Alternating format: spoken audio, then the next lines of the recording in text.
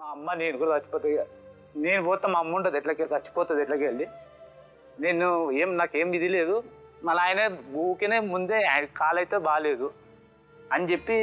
Sir కూడా అరే ఇది ఎందుకు సస్తావరా అన్న బస్ కింద పడ్డా మేడం దానికన్నా ముందు బస్ కింద పోయి ట్రై చేస్తే కొట్టిండు బస్సు తీసుకుపోయి పోలీస్ స్టేషన్ జీడిమెట్ల పోలీస్ స్టేషన్లో అప్పచెప్పాడు లేదు సార్ ఇట్లా పైంది న్యాయం ఎవరు న్యాయం చేస్తారా అంటే నువ్వు పొద్దుగాల రా అని చెప్పి పెద్దగాల నువ్వు పోయి పేపర్ తీసుకొని పోతే వాళ్ళు వచ్చింది మేడం మళ్ళీ 50 మంది వచ్చారు మళ్ళీ 50 మంది నేను మా అమ్మనే మేడం మొత్తం ఆడ పోయి పెడితే వచ్చింది మేడం సార్ ఎంక్వైరీ చేసిండు కౌన్సిలింగ్ ఇస్తారా 10 days దాకా ఆగు ఆ 10 days దాకా నువ్వేమనొద్దు కౌన్సిలింగ్ అంటే కౌన్సిలింగ్ ఉంటుంది 50 మందిని బయటికి వెళ్ళగొట్టేసిండు మేడం పిల్లని పిలిచి అడిగిండు నీ పేరేం పేరు అమ్మ ఏం చదువుకున్నా అంటే ఏం చెప్పలేదు పిల్ల మొత్తం కౌన్సిలింగ్ చేసి ఒక 10 నిమిషాలు 15 నిమిషాలు మాట్లాడి నన్ను పిలిచిండు మేడం పిల్ల 3 సంవత్సరాలు పిల్లలాగా మాట్లాడుతున్నారు అన్నారు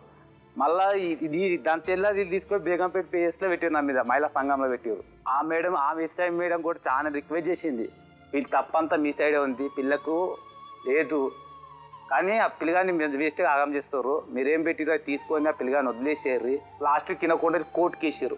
సార్ ఇప్పుడు ఏంటి చెప్పండి సార్ ఏమైంది కాదు ఇప్పుడు అమ్మాయిని అక్కడ పెట్టుకొని మీ మీద కేసులు పెడుతున్నారు ఇంకా మమ్మల్ని దింపుతారు మేడం ఇంకా ఉల్టా అంటే ఇప్పుడు ఏంటి ఇప్పుడు ఏమంటారు వాళ్ళ అమ్మాయిని మిమ్మల్ని తీసుకెళ్ళమని చెప్తున్నారా మేడం నేనైతే తీసుకెళ్ళా అమ్మాయిని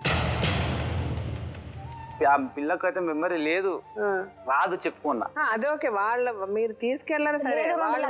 కూడా పంపలేదు ఇంతవరకు నన్ను కొట్టిర్రు కేసులు పెట్టిర్రు మీదకి నా మీద రుబాబు ఇంకెక్కువ ఇక వాళ్ళు అలా కాదండి ఇప్పుడు వాళ్ళు కేసు పెట్టడానికి ఏమని పెడుతున్నారు కేసు పేపర్స్ తెచ్చా మేడం అంటే మేము కట్నం ఇచ్చాము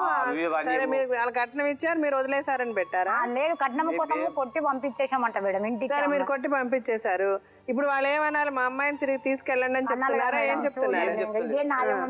తీసుకుపోయి ఇంటికి రాలే ఫోన్ లేదు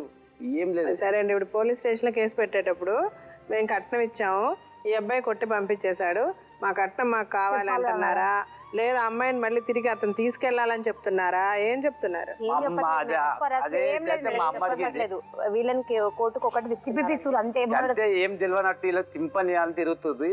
మళ్ళీ ఇంకో ఛాన్స్ ఇంకోటి చెప్పారు పోలీస్ స్టేషన్ లో ఒక పని చేయ నువ్వు మీ అమ్మ నాన్న వదిలేసి మా ఇంటికాడికి రా నీకు బియ్యం సన్ చేస్తా ఒక రూమ్ చూపిస్తా మొత్తం నేను చూసుకుంటా నా బిడ్డతో కాపురం చేయిస్తా ఇవన్నీ ఇట్లా చెప్పిండు మా అమ్మ నాన్న వదిలే మా నాయననేమో హ్యాండికాప్ ఆయన కాలుకి ఆపరేషన్ అయింది ఆయన వదిలేయాలంట మా అమ్మని వదిలేయాలంట ఆయన దగ్గర పోయి నేను వాళ్ళ ఇంటికాడ ఉండాలంట ఒక రూమ్ ఇస్తాడంట ఇవన్నీ చేసి మళ్ళా నన్ను ఇంక ఇరికిస్తున్నారు ఇంకా ఫోన్లు కొన్ని బెదిరింపు కాళ్ళు వచ్చినాయి ఒక్కొక్కసారి నైట్ నాకు నైట్ 8:30 అట్లా ఆ టైం అయితే బయటికి పోనికే భయమైంది బయట పోదామంటే కూడా భయమే అంతా ఏం చేస్తారు బెదిరింపు కాల్ చేస్తారు బెదిరింపు తిట్టడం బూతులు తిట్టడం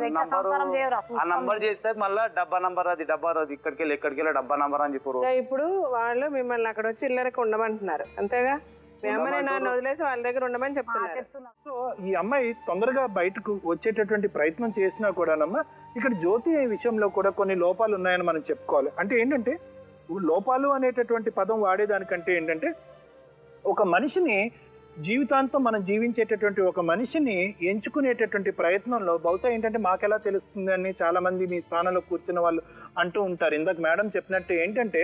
ఒక మధ్యవర్తికి డబ్బులు ఇచ్చి ఒక భర్తను కొని తెచ్చుకోవటం అన్నది ఎంత తప్పు పని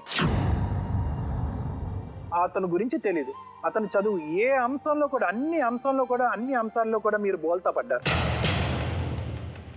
ఆ అమ్మాయికి ఇతన్ని కట్టబెట్టారు ఆ అమ్మాయి జీవితం కోసేశారు మీరు కేవలం మీరు చేసినటువంటి తప్పు ఏంటంటే మధ్యవర్తిని నమ్మటం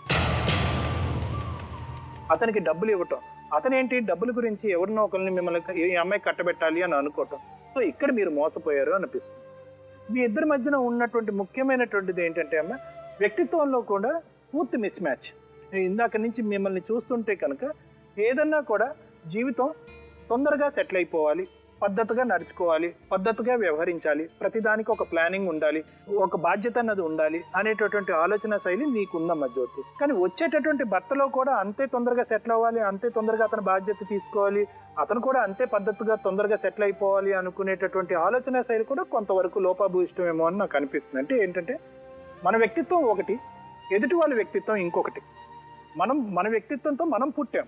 వాళ్ళ వ్యక్తిత్వంతో వాళ్ళు పుట్టారు. కాబట్టి ఆ వ్యక్తిత్వం మారాలి అంటే కనుక మీ తరపున ఏంటంటే కొంతవరకు సమయం కేటాయించవలసిందేమో అని నాకు అనిపిస్తుంది. ఇంకొక ఆలోచన ఏంటంటే కనుక మీకు తెలియకుండానే అతన్ని మీ మీద ఆధారపడేటట్టు చేశారు. ఇందాక నేను చెప్పినట్టుగా ఏంటంటే మీ డబ్బు వాడుకునేటటువంటి విధంగా అతన్ని తయారు చేసుకున్నారు, మీ బంగారం వాడుకునే విధంగా అతన్ని తయారు చేసుకున్నారు. ఎప్పుడైతే కనుక రేపటి గురించి ఆలోచన కానీ, రేపటి గురించి ఒక బాధ్యత లేనటువంటి మనుషులు ఇందాక నేను అన్నట్టుగా డబ్బు బంగారం కళ్ళెదురుగుంట కనిపిస్తే కనుక రేపొద్దున నేను ఇలా కష్టపడాలి అనే ఆలోచన వాళ్ళకి ససేమిరా ఎప్పటికీ రాదు.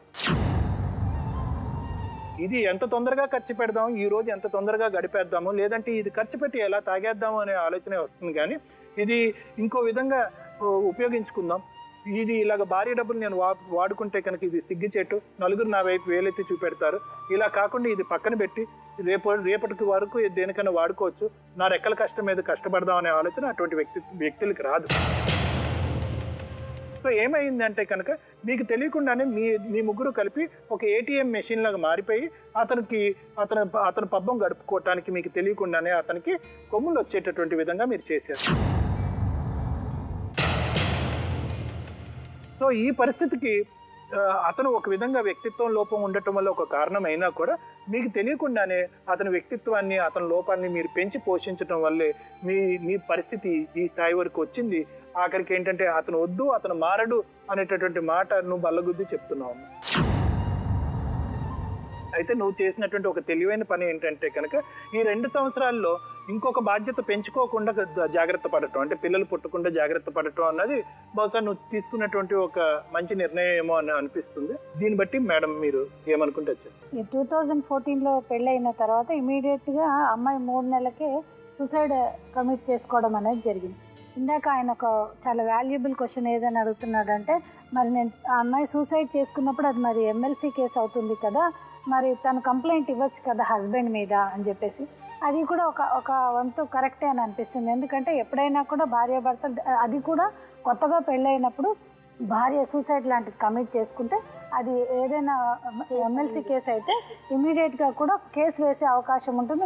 ఇమీడియట్గా నిన్ను అడుగుతారు. సో నువ్వు అప్పుడు ఒకవేళ ఉద్దేశంతో, ఎందుకంటే నీ సంసారం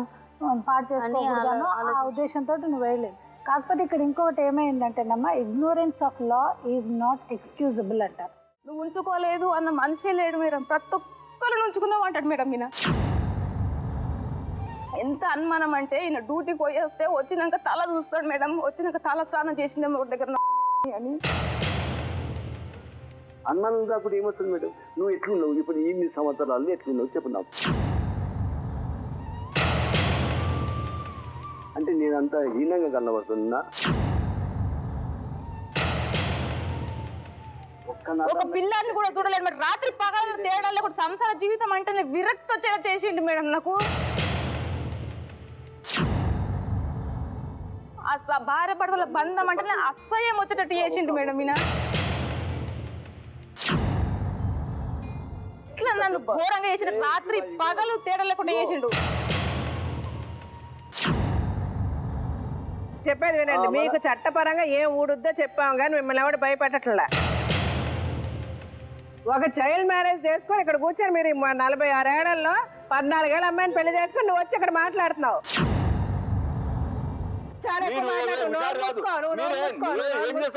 దిగ్గదీసి అడుగు ఈ సిగ్గులేని జనాన్ని, అగ్నితోటి కడుగు ఈ సమాజ జీవోత్సవాన్ని. మారదు లోకం, మారదు కాలం,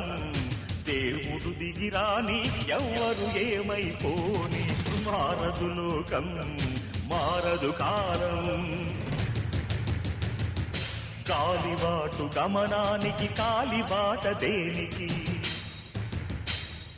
కొర్రెదాటు మందకి నీ జ్ఞానబోధ దేనికి. ఏ చరిత్ర నేర్చుకుంది పచ్చని పాఠం, ఏ క్షణాన మార్చుకుంది చిస్సుల మార్గం.